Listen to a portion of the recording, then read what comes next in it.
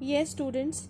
Now the next business service is insurance, and you must know about the insurance, है ना? Insurance word हमने ज़रूर सुना होगा. So what it is basically a contract between the insurer and insured. I'll tell you that who is insurer and who is insured. So it is the contract between these two parties, and in which insurer agrees to make good the loss of insured on happening of an event in consideration of a regular payment called premium. So this agreement or contract is in writing and is known as insurance policy. So students, क्या है insurance? Insurance एक document होता है, एक agreement होता है between two parties. एक होता है आपका इंश्योरर और एक होता है इंश्योर्ड. ठीक है, insurer and insured.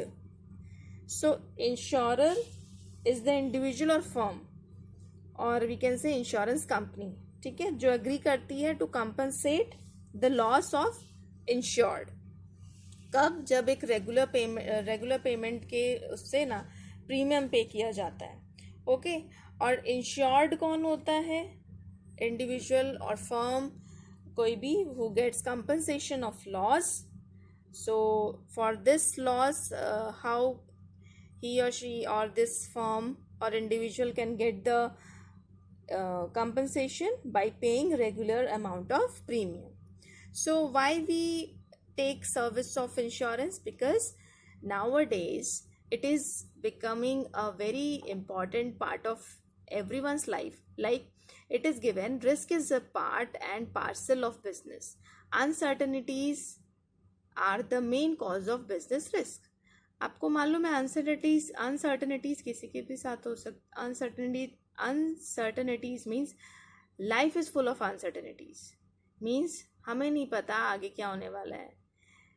Miss happenings हो सकती है, फ्यूचर में कुछ भी हो सकता है हमारे साथ. तो उसकी जो लॉस जो होगा उसकी भरपाई कैसे की जाए? अगर किसी ह्यूमन बीइंग की डेथ हो जाती है तो उसको कोई रिप्लेसमेंट नहीं कर सकता. लेकिन हाँ, जहाँ हमें पैसों की ज़रूरत पड़ती है तो उसका भी एक तरीका है, वो होता है insurance. So insurance is a service which covers the risk and minimises the losses caused by uncertainties. पूरा तो उसका कुछ भरपाई नहीं हो पाएगा, लेकिन मिनिमाइजेस ज़रूर हो जाता है. ठीक है. Like we can understand from the example that this is a family members and this is a family. He is the sole earner. This person is the sole earner. He earns for his family. And one day what happened? He met with an accident. Mishappening हो गई और क्या हो गया? He died. मर गया. अब क्या होगा फैमिली का? Now where do the family get the money from? Their expenditure, उनके खर्चे कौन उठाएगा? लेकिन वो जो सोल अर्नर था, he was wise, he was responsible, because sole earner had paid some fixed amount as premium through an agreement to the insurance company. Insurance लिया है उसने, ठीक है, और उसके मरने के बाद जो भी अमाउंट बनता है प्रीमियम के नाते, जो भी अमाउंट दिया जाएगा वो कौन लेगा? उसकी फैमिली लेगी. So compensation by insurance company to the family, ये कंपनसेशन होगा फैमिली के लिए. और जो भी रिटर्न एग्रीमेंट होता है ना स्टूडेंट्स, ये एग्रीमेंट जो होता है उसको हम कहते हैं policy, insurance policy.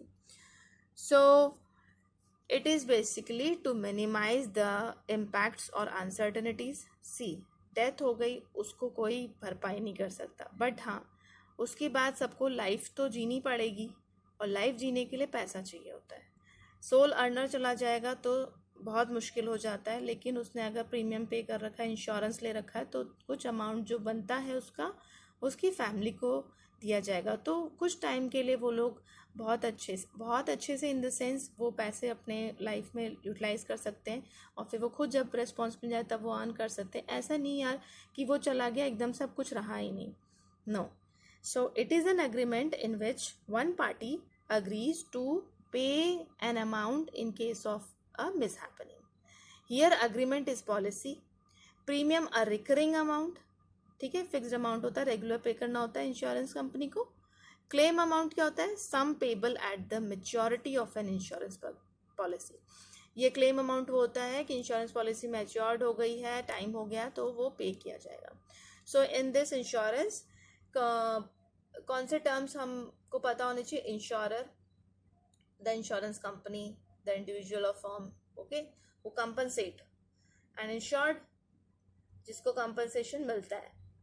Happening of the event, happening of the event क्या होगा? कौन से इवेंट की बात हो रही है? See, it refers to the subject matter of policy और kinds of losses covered under the policy. For example fire insurance. So fire insurance का जो होगा तो loss is compensated only if it is due to fire, है ना। अगर आपने fire insurance करा रखा है, फायर इंश्योरेंस करा रखा है, तो आपको तभी अमाउंट मिलेगा कि जबकि आपका लॉस किससे हुआ हो? फायर से हुआ हो। तो this is happening of the event. Fire insurance, marine insurance, life insurance, okay, बहुत सारे इंश्योरेंस हमारे निकल गए अब तो। प्रीमियम आपको पता ही है, a recurring amount. So this is insurance. Now insurance is very important activity in our daily life. Daily life in the sense insurance कराना बहुत ज़रूरी है आजकल। सो इंश्योरेंस बहुत इम्पॉर्टेंट चीज़ होती है कि आपको पैसे आपको भरने भी हैं, फिर मिलने भी हैं। सो इंश्योरेंस का भी एक इंश्योरेंस को करने का एक तरीका होता है।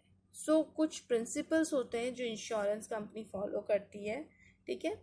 So we are going to study about these principles, like principles of insurance. Principles of insurance are the rules of action or conduct adopted by the stakeholders involved in the insurance business. जो भी insurance business के stakeholders हैं उनको ये rules of conduct और action follow करने होते हैं। Utmost good faith, insurable interest, indemnity, proximate cause, subrogation, contribution, mitigation. See, language is a little bit typical but the meanings are very simple. Utmost good faith, आपको मालूम है हमारी तरफ से पैसा जा रहा है, किसी कोई और भी हमें कंपनसेशन देगा, तो हमारे बीच की बातें बिल्कुल डिस्क्लोजर्स होना चाहिए। कुछ मत छिपाओ, आप अच्छे से बताओ सारी चीज़ें। All the disclosures to be made and it should be done in good faith. विश्वास से आप बताओ सारी चीज़ें, ऑनेस्टी रखो, दोनों तरफ से एक एग्रीमेंट तैयार होगा, है ना, वो चीज़। एंड इंडेमनिटी, ये इसमें दिख नहीं रहा है but it is indemnity to put insured in the same position he was before loss. Loss हो जाता है स्टूडेंट्स, दुख तो बहुत होता है, तो इंडेमनिटी ऐसा प्रिंसिपल है कि इंश्योरेंस कंपनी ये आपको ट्रस्ट दिलाती है that we will put you in the same situation, in the same position where you were before the loss. मतलब लॉस होने से पहले आप ठीक होंगे, लेकिन अब लॉस हो गया तो हम पूरी कोशिश करेंगे। ऐसा नहीं आप पे दया करेंगे या चैरिटी कर देंगे, नहीं, आपने जितना हमें मतलब ट्रस्ट करके सब बताया है, आपका प्रीमियम जितना दिया है, कितनी बनता है आपका अमाउंट, हम आपको पूरा लॉस से मिटिगेट मीन्स कम करने के लिए, उसको एमुलरेट करने के लिए सिचुएशन को वो कोशिश करते हैं, ठीक है। Now insurable interest, insured should have some pecuniary interest in the property. Now students, insurable interest, इसको मैं लूंगी अभी इस पॉइंट सारे पॉइंट्स के बाद एक बार। Now first we see proximate cause, only those perils which are mentioned in the policy should be covered.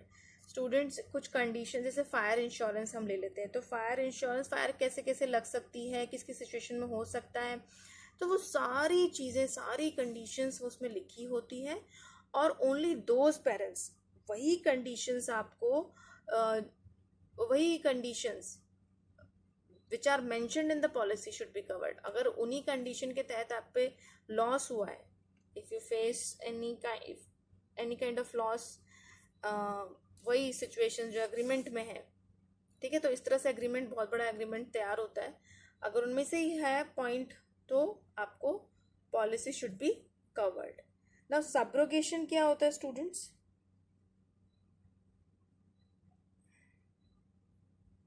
C, subrogation after amount is paid, property will be owned by the insurer. अब क्या है ये? After amount is paid property will be owned by the insurer. ठीक है, आपके पास amount आ गया, आपने amount भी ले लिया, प्रॉपर्टी भी रख ली, तो ऐसा थोड़ी ना होगा, ऐसा नहीं हो सकता. ओके, सब्रोगेशन बताता है कि आपने कंपनसेशन ले लिया. अब ये टूटी फूटी गाड़ी का जैसे आपने बहुत ज़्यादा कंपनसेशन उसका जो बनता है वो ले लिया, लाइक कोई डैमेज हो गया है, ठीक है. So in this case the right of ownership of such property passes to the insurer. अब कोई आपने डैमेज हो गया, ठीक है, प्रॉपर्टी डैमेज हो गई, तो इन सच केस क्या होता है, जो राइट होती है ओनरशिप की वो कहाँ चला जाता है? इंश्योरेंस पर. Now contribution. Contribution students, two or more insurer each one with pay in the proportion decided. Proportion कितना डिसाइड होगा आपका, आपको वही बताना है. Like according to this principle, if a person has taken more than one insurance policy, अगर more than one insurance policy, if an individual has taken, so what happens in that case for the same subject matter, है ना, then all the insurers will contribute the amount of loss and compensate him for the actual amount of loss. अगर इससे contribution में क्या होता है student, अगर आपने एक ही सब्जेक्ट मैटर को लेकर आपने एक से ज़्यादा इंश्योरेंस पॉलिसी ले रखी है, तो क्या होता है, वो सारे इंश्योरर्स जो होते हैं ना कंट्रीब्यूट करते हैं और एक्चुअल अमाउंट कितना बनता है वही देंगे. ये नहीं कि आपने वहाँ से बहुत उठा लिया, यहाँ से भी उठा लिया, नहीं, जो आपका एक्चुअल बनता है ना वही आपको मिलेगा. Mitigation. Insured should take all steps to protect the property. Mitigation mean students, ऐसा नहीं है कि हमने फायर इंश्योरेंस ले रखा है तो लगने दो आग हमारे सामने लग रही है, हम खड़े हैं आराम से देख रहे हैं. नहीं, आप अपनी प्रॉपर्टी बचाने की कोशिश तो करोगे. अगर पता लग गया कि आप नहीं लगाई तो आपको कुछ नहीं मिलेगा. So insurance should be at utmost good faith. ये वही वाली बात है, आप ऑनेस्टी रखो, अपनी प्रॉपर्टी को पूरी बचाने की कोशिश करो. See, death, mishappening, life insurance, इसमें पता चलता है. लेकिन ये आग लग गई, डूब गया, तो इसमें अगर आपकी कुछ लगा कि आपने कुछ ऐसे कुछ किया है इसके साथ, आग खुद लगाई है या कुछ भी आपका है, बचाने की कोशिश करी, तो दैट इज़ रॉन्ग. ऐसा होगा तो कुछ नहीं मिलेगा. सो इंश्योर्ड से ये एक्सपेक्ट किया जाता है, तो insured should take all the steps to protect the property को पूरा प्रोटेक्ट करने की कोशिश करो. नाउ ये जो था इंश्योरेबल इंटरेस्ट.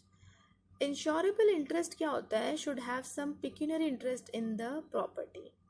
पिक्यूनियरी मतलब स्टूडेंट्स मनी से रिलेटेड, सब कुछ मनी पे ही है. हम क्यों इंश्योरेंस पर आ रहे हैं, क्योंकि हमें लॉस होगा मनी से, तो हम उस पर कैसे उसको एकदम से ठीक कर सकते हैं, है ना.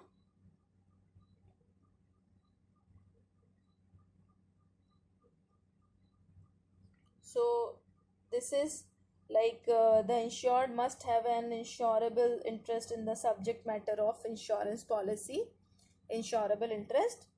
And like देखो students, without interest taking an insurance policy is a gamble and fraudulent activity, and law does not permit it. like अगर आपके पास विदाउट इंटरेस्ट अगर आप इंश्योरेंस पॉलिसी ले रहे हो तो ये एक फ्रॉडुलेंट एक्टिविटी भी हो सकती है ना. So in case of life insurance, the insurable interest comes with the relation of insured with the person taking insurance policy. Life insurance का थोड़ा सा अलग है. लाइक अगर पर्सन लाइफ इंश्योरेंस पॉलिसी लेता है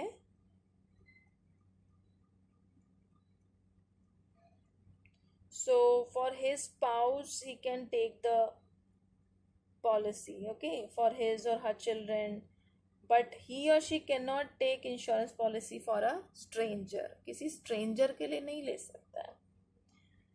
और इंश्योरेंस के लिए फायर इंश्योरेंस में क्या होता है स्टूडेंट्स, फायर इंश्योरेंस में the insured must suffer a financial loss if the subject matter is damaged. To prove the interest he must be the owner of the subject matter.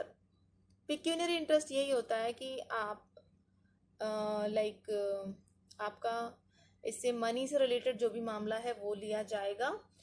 बस जो life insurance तो आपको पता है किसी stranger के लिए कोई लाइफ इंश्योरेंस लेगा भी नहीं. अपनी फैमिली मेम्बर्स के लिए लेते हैं, स्पाउस के लेते हैं, फिर बच्चों के लिए लेते हैं. So these were the principles. Okay, and after that we will study about the types of insurance.